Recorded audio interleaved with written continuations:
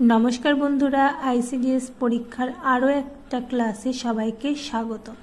तो तुम्हारे किन्तु एटा 19 नम्बर क्लास होते चलेछे। एई क्लासेर मध्य दिए आमी 52टी एमसीकिউ प्रश्न उत्तर निये आलोचना करब, जेगुलो किन्तु खुबই गुरुत्वपूर्ण प्रश्न उत्तर तुम्हारे किन्तु आगामी दिने परीक्षाय किन्तु आसार मतन। तो स्क्रिप्ट ना करे पुरो भिडियोटी देखते थाको। যারা যারা ভিডিওটি দেখছো ভালো লাগলে অবশ্যই লাইক করবে, কমেন্ট করে জানাবে কেমন লাগলো আজকের ভিডিওটা। আর এরকম ইম্পর্টেন্ট ক্লাসগুলি পেতে আমার YouTube channel hour study zone অবশ্যই লাইক করবে, সাবস্ক্রাইব করে দেবে আর বেল আইকনটি ক্লিক করে রাখবে সবার আগে ক্লাসগুলি পাওয়ার জন্য। আর আইসিডিএস অঙ্গনারীর বাকি ক্লাসগুলি পাওয়ার জন্য তোমাদেরকে আমার ইউটিউব চ্যানেল চলে যেতে হবে। আর আইসিডিএস অঙ্গনারীর যে প্লে লিস্টটা রয়েছে সেখানে গিয়ে ক্লিক করো, বাকি 18টি ক্লাস সেখানে পেয়ে যাবে। तो খুবই গুরুত্বপূর্ণ হতে চলেছে আজকের ভিডিওটা। যারা তোমরা আইসিডিএস পরীক্ষা দেবে বলে ভাবছো তাদের কাছে কিন্তু খুবই গুরুত্বপূর্ণ ক্লাস। তো চলো বন্ধুরা শুরু করা যাক আজকের ভিডিও। দেখো প্রথম প্রশ্ন রয়েছে, প্রথম ভারতরত্ন কে পেয়েছিল? প্রথম ভারতরত্ন পেয়েছিল কিন্তু ডক্টর বিধানচন্দ্র রয়। বিধানচন্দ্র রয় হয়ে যাবে সঠিক উত্তর। তারপর দেখো পরের প্রশ্ন রয়েছে, অমিত্রাক্ষর ছন্দের প্রবর্তক কে? এখানে কিন্তু সঠিক উত্তর হয়ে যাবে মাইকেল মধুসূদন দত্ত। মাইকেল মধুসূদন দত্ত। তারপর দেখো গ নম্বর প্রশ্নটা রয়েছে, ছন্দের জাদুকর কাকে বলা হয়? ছন্দের জাদুকর কিন্তু বলা হয় সত্যেন্দ্রনাথ দত্তকে। পরের প্রশ্ন দেখো, প্রথম ভারতীয় হিসেবে কে বিলেত যাত্রা করেন? রাজা রামমোহন রায়। প্রথম টেলিফোন কোথায় চালু হয়? কলকাতায় কিন্তু প্রথম টেলিফোন চালু হয়। ত্রিপিটক কোন ভাষায় লেখা হয়েছিল? পালি ভাষায় কিন্তু ত্রিপিটক লেখা হয়। ভারতে কত বছর অন্তরে লোক গণনা করা হয়? ভারতে কিন্তু 10 বছর অন্তর লোক গণনা করা হয়। দেখো পরের প্রশ্ন রয়েছে, ভারতের সবথেকে জনবহুল রাজ্য কোনটি? এখানে সঠিক উত্তর হবে উত্তরপ্রদেশ। ভারতের প্রধান বিচারালয়ের নাম কি? Supreme court. ভারতের জাতীয় পশু কোনটি? বাঘ হচ্ছে ভারতের জাতীয় পশু।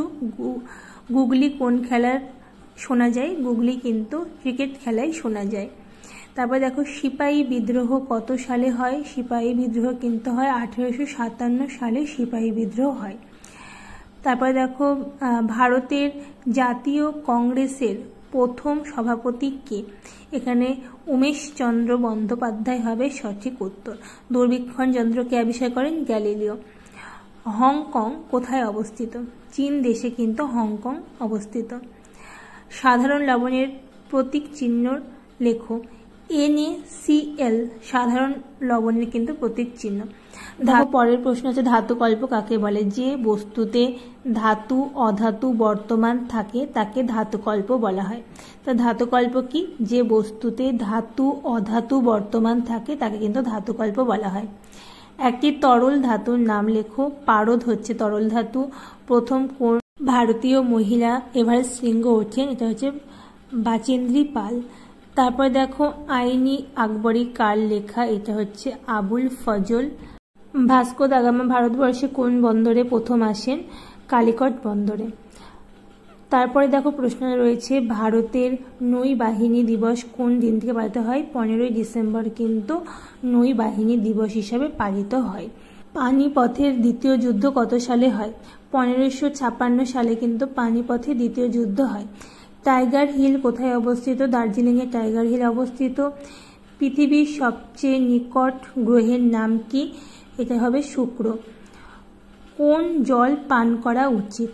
দেখো এখানে অপশান রয়েছে, কোন জল পান করা উচিত? নদীর জল, পুকুরের জল, নলকূপের জল, কুয়োর জল। এখানে সঠিক উত্তর হয়ে যাবে নলকূপের জল কিন্তু পান করা উচিত। নলকূপ হয়ে যাবে সঠিক উত্তর। পৃথিবীর বৃহত্তম বদ্বীপ কোনটি? সুন্দরবন কিন্তু পৃথিবীর বৃহত্তম বদ্বীপ। উল্কা কি? মহাকাশ থেকে পৃথিবী থেকে কিছু খসে পড়া প্রস্তর খণ্ড হচ্ছে উল্কা। মিশরের রাজাদের কি বলা হয়? ফেরাও বলা হয়। জৈন ধর্মের প্রবর্তককে? মহাবীর হচ্ছে জৈন ধর্মের প্রবর্তক। পৃথিবীর আহ্নিক গতি কাকে বলা হয়? পৃথিবী নিজের অক্ষের ওপর এক পাক ঘুরতে সময় লাগে 24 ঘন্টা বা 1 দিন। একে কিন্তু আহ্নিক গতি বলা হয়। সালোক সংশ্লেষ প্রক্রিয়া কাকে বলা হয়? উদ্ভিদের পাতার সবুজ ক্লোরোফিলের সাথে সূর্যালোকের রাসায়নিক বিক্রিয়ার খাদ্য প্রস্তুত করার পদ্ধতিকে কিন্তু সালোকসংশ্লেষ বলা হয়। পৃথিবীর একটি উপগ্রহের নাম হচ্ছে চাঁদ। শিশু জন্মের পরে কোন রোগের প্রতিশোধন টিকা দেওয়া হয়? পোলিও কিন্তু দেওয়া হয়। পুরো নাম কি AWWর পুরো নাম হচ্ছে অঙ্গনারী ওয়ার্কার হচ্ছে AWWর পুরো নাম। কপালকুণ্ডলা কার রচনা? বঙ্কিমচন্দ্র চট্টোপাধ্যায়। তো এই হলো আজকের প্রশ্ন উত্তর, কয়েকটি গুরুত্বপূর্ণ প্রশ্ন উত্তর যেগুলো কিন্তু ICDS পরীক্ষায় প্রতিনিয়ত দিয়ে থাকে। তো ভিডিওটি ভালো লাগলে অবশ্যই লাইক করবে, কমেন্ট করে দেবে, আর কোথা থেকে তোমরা, কোন জেলা থেকে তোমরা দেখছো অবশ্যই কমেন্ট করে জানাবে। তো আরও একবার সকলকে ধন্যবাদ জানাই আমার এই ছোট্ট চ্যানেলটির পাশে থাকার জন্য।